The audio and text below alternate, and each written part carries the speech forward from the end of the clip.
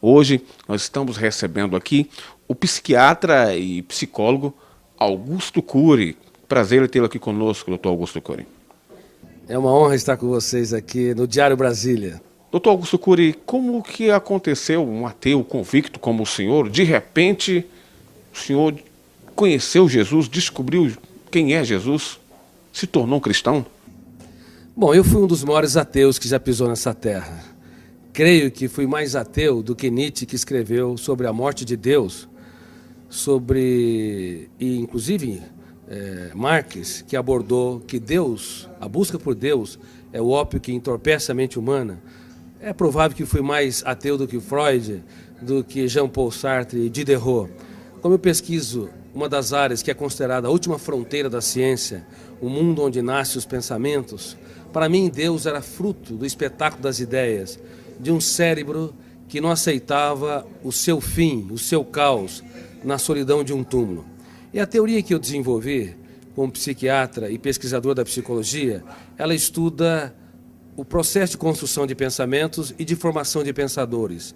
Eu usei essa teoria para analisar como mentes brilhantes romperam o cárcere da inteligência e produziram novas ideias, como Freud, Einstein, Hegel, Kant, Agostinho e assim por diante. E fui até esse homem mais famoso da história, chamado Jesus Cristo. Eu analisei os seus comportamentos, as suas reações e as entrelinhas das suas atitudes nos focos de tensão, nas suas 4 biografias, ou chamado Evangelhos, em várias versões.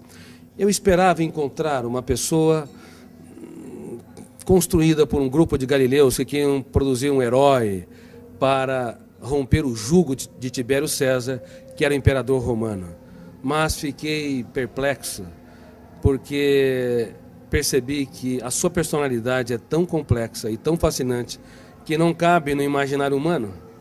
Para você ter uma ideia, no exato momento em que ele foi negado por Pedro, ele olhou para o mais forte dos discípulos, e, embora sendo golpeado pelas palavras que bradavam, eu não o conheço, eu nunca andei com esse Galileu, ele não faz parte da história, ele cativou com a sua retina e gritou sem dizer palavras. Na Fortaleza Antônia, ele quis dizer: eu te compreendo, eu te compreendo.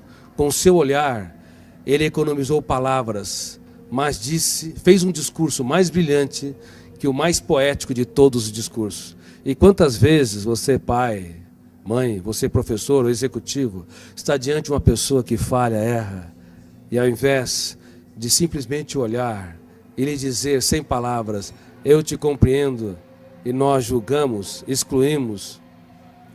Através de analisar o comportamento de Cristo nesse sentido, eu percebi que a sua inteligência, sua capacidade criativa e a capacidade de ser gestor da sua mente e protetor da sua emoção não tem precedente histórico. Assim, eu deixei de ser um ateu, um dos grandes ateus da história, e percebi que a procura por Deus não é um ato de pequenez intelectual, mas um ato inteligentíssimo da mente humana. Mas quando o senhor pesquisou sobre Jesus Cristo, homem, o que o senhor esperava encontrar? Quando eu pesquisei a humanidade de Jesus, esperava encontrar alguém que não brilhasse no caos, diante das perdas, das traições, das frustrações e decepções. Porque nós temos na psique humana, no nosso córtex cerebral, registrado zonas de conflitos que eu chamo de janela killer. Killer no inglês quer dizer assassino. Quando nós entramos numa janela killer, o volume de ansiedade é tão grande que bloqueia milhares de outras janelas e o eu não consegue encontrar informações para dar respostas inteligentes em situações estressantes. É por isso que nos primeiros 30 segundos de tensão, de ansiedade, os pais cometem os maiores erros na relação com os filhos, bem como os professores, os amigos e as pessoas que se amam, marido e esposa. Eu esperava encontrar alguém que não brilhasse no drama, no deserto, nas tempestades. Mas é impressionante, quando o mundo desabava sobre o homem Jesus, ele, ao invés de ser preso pelas janelas killers, ele abria as janelas da sua mente, olhava para a tempestade e via nela a chuva, uma oportunidade solene para cultivar. Enquanto que nós, muitas vezes, diante das perdas, decepções, diante das lágrimas, das injustiças e fracassos, recuamos. Ele não. Ele cultivava as flores e usava suas mãos nesse processo. Muitos querem a beleza das flores, mas não têm coragem de sujar as suas mãos para cultivá-la e irrigá-la. O senhor tem, assim, uma noção do que aconteceu? Porque, na realidade, o senhor é um dos grandes cientistas do mundo, um dos grandes psiquiatras, um dos grandes psicólogos do mundo. Essa descoberta do senhor pode ser levada até para um campo científico, e eu poderia até dizer aqui que é quase que dizendo aqui que se cientificamente Deus está existindo ou Jesus é Deus. Exatamente. Ao analisar o comportamento de Jesus nas mais diversas situações que ele se encontrou, eu fiquei cônscio que esse homem não cabe no imaginário humano. Somente alguém que é sobre-humano, filho de Deus, poderia ter as reações que teve nos mais dramáticos estímulos estressantes. Veja bem, no ato da traição, era de se esperar que ele fosse golpeado pelas zonas de conflito do medo ou da raiva, agredisse o seu traidor, ou se punisse e se achasse o mais derrotado dos seres humanos, porque foi traído pelo mais culto, o mais sereno, o mais tranquilo dos discípulos, Judas Iscariotes. Mas, ao invés de se punir ou punir o outro, ele olhou para o seu traidor e teve a coragem de dizer: amigo, para que vieste? Nunca na história um traidor tratou com tanta...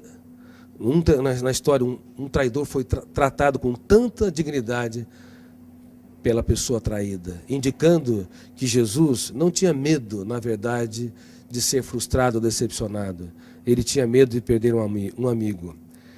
O que nos leva a compreender, do ponto de vista psiquiátrico, psicológico e sociológico, que um grande educador é aquele que aposta tudo que tem naqueles que pouco têm. É aqueles que têm coragem para se fazer pequeno, para tornar os pequenos grandes. E como eu digo no meu livro, Mentes Brilhantes, Mentes Treinadas, não é possível ter uma mente brilhante se nós não treinarmos a nossa criatividade, as habilidades da nossa psique, como a solidariedade, a capacidade de se colocar no lugar dos outros, a capacidade de investir naqueles que nos frustram, a capacidade de transformar as perdas numa oportunidade excelente para os melhores ganhos e de usar as nossas lágrimas para desenvolver sabedoria. Por favor, não tenha medo dos dias mais tristes da sua vida. Você pode escrever os capítulos mais importantes da sua história quando o mundo desaba sobre si.